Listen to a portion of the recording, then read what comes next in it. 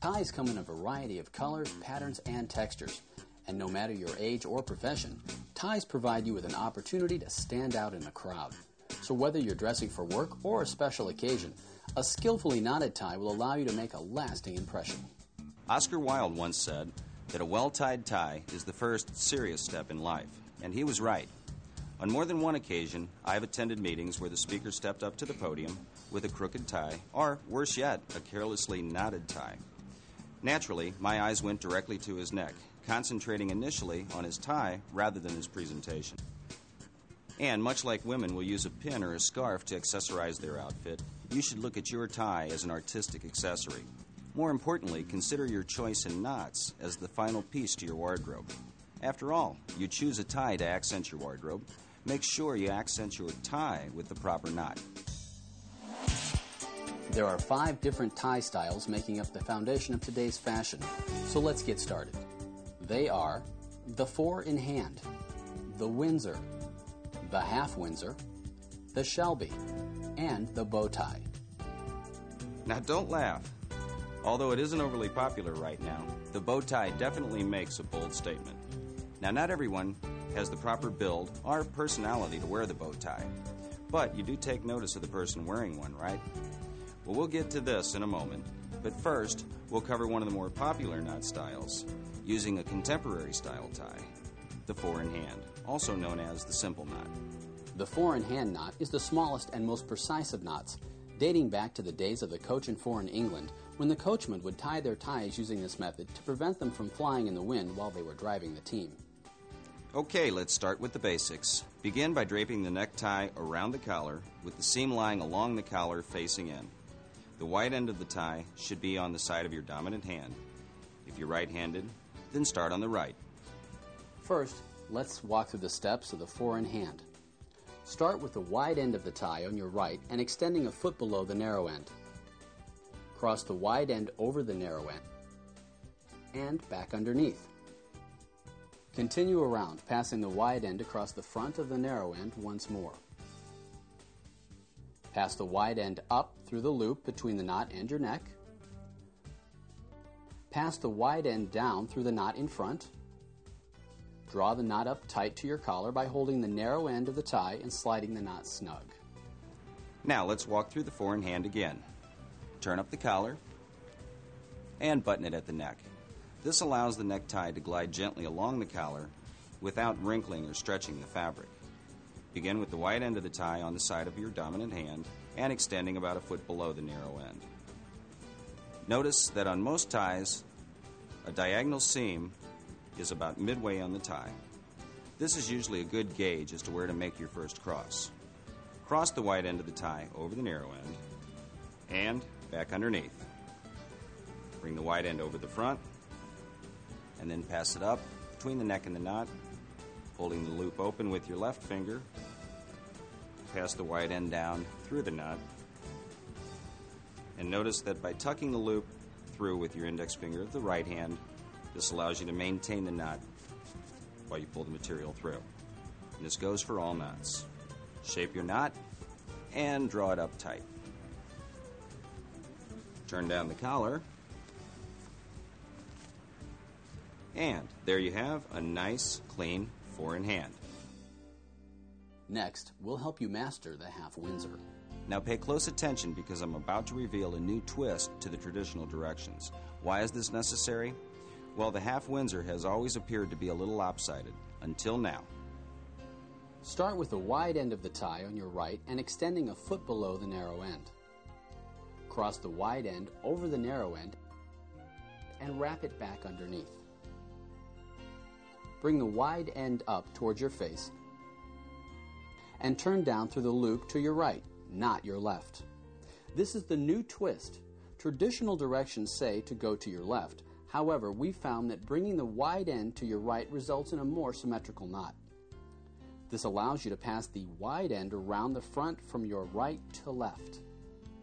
Then, go up between your neck and the knot, and down through the knot in front. Tighten carefully and draw up to the collar to complete the new and improved half Windsor. Now, if you've ever had problems getting your finished tie to hang to the proper length, here's a little trick. Start by letting the wide end hang to twice the length as the narrow end. To check if you've done this properly, draw the wide end up to the edge of the neck. The length of the doubled end should be equal in length to that of the narrow end.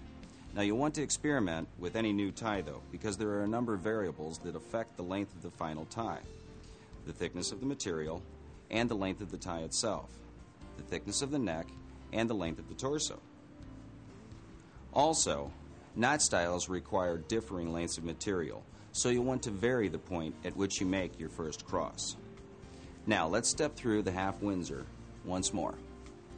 The wide end of the tie should be on the side of your dominant hand and extending at least a foot below the narrow end. Cross the wide end over the narrow end and back underneath. Bring the broad end up towards you and then down through the loop between your neck and the knot, and sweep the wide end to the right this time, not to the left. This is the new twist. This allows you to bring the broad end from the right across the front to the left, and then bring the broad end up between your neck and the knot, pass it down through the loop, draw your material, and then draw it up tight. And there you have a half Windsor. See how even the two sides are? I should point out that after being tied, the tips of the necktie should touch the waistband of the pants, and the two ends of the tie should either be equal in length or the narrow end a fraction shorter. Remember, the inside of the wide end of the tie has a band into which the narrow end of the tie is tucked to hold it in place. The Windsor. If not done properly, this knot can come out looking very large, bulbous, and unsightly. So pay special attention on this one. It's worth the extra effort. Start with the wide end of the tie on your right and extending a foot below the narrow end. Cross the wide end over the narrow end and bring it up through the loop and down to your left. Next, bring the wide end around behind the narrow end to your right. Bring the wide end up from the front and through the loop coming back down on your right. Then bring the wide end to the left across the narrow end. Turn and pass the wide end up through the loop and complete by slipping the tie down through the knot in front, tighten, and draw up comfortably to the collar. Most standard neckties come in lengths from 58 to 60 inches. Taller men, or those of you who choose to wear a Windsor knot, which requires the most length of material, will require a somewhat longer tie. Now, let's step through the Windsor once more, slowly. Take the wide end over the narrow end, and up and around the narrow end on the left, crossing underneath. Bring the wide end up and towards you, down through the loop between your neck and the knot on the right. This forms the V. Now, bring the broad end from the right across the front of the knot to the left, and bring the knot up between your neck and the knot. Tuck it down through the loop in the front of the knot, shape and form, and draw it up. There you have a full Windsor. When properly tied, it should have a nice clean dimple like this. Bow ties. Though you'll occasionally see them worn by the college professor or stock market analyst, bow ties are usually worn at formal engagements with a pleated front shirt. They make a unique fashion statement, and depending upon the setting, they give a man a suave or intellectually professional look. The general rule of thumb is that the bow tie should never be broader than the widest part of the neck and should not extend beyond the outside points of the collar.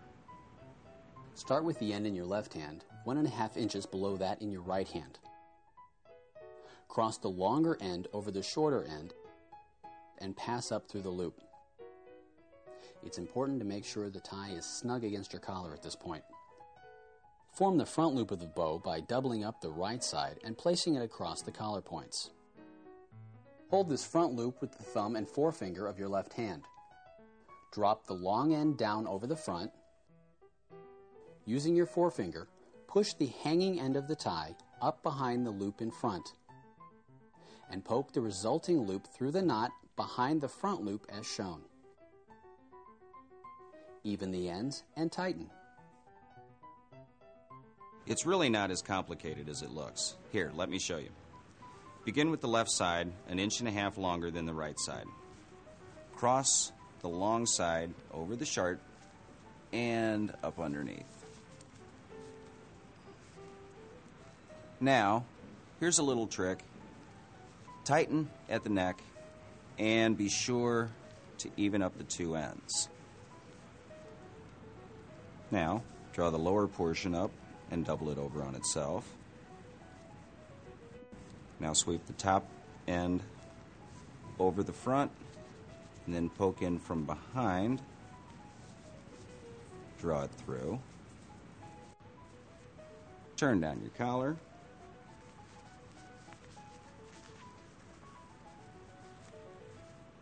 And there you have it. A classic statement for your next presentation or formal engagement. Now for our final demonstration, a new style that's finding wide popularity, the Shelby. Start with the tie inside out. Cross the wide end under the narrow end. Bring it up, then over and down through the loop to your right. Sweep the wide end across the V from your right to your left. Then take the wide end up and through the loop between your neck and the knot. Now bring it back down through the knot and tighten. As you may have noticed, the steps involved in tying the Shelby are definitely different, particularly step 1. Begin with the tie inside out.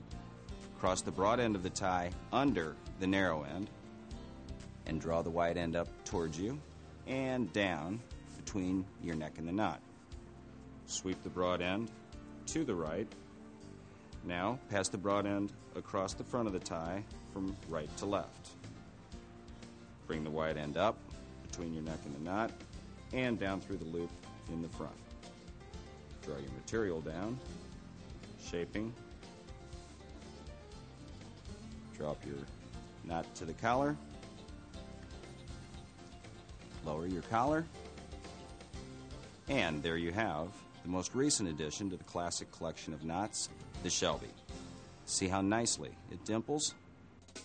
So far, we've covered the 4-in-hand, the half Windsor, the Windsor, the bow tie, and the Shelby.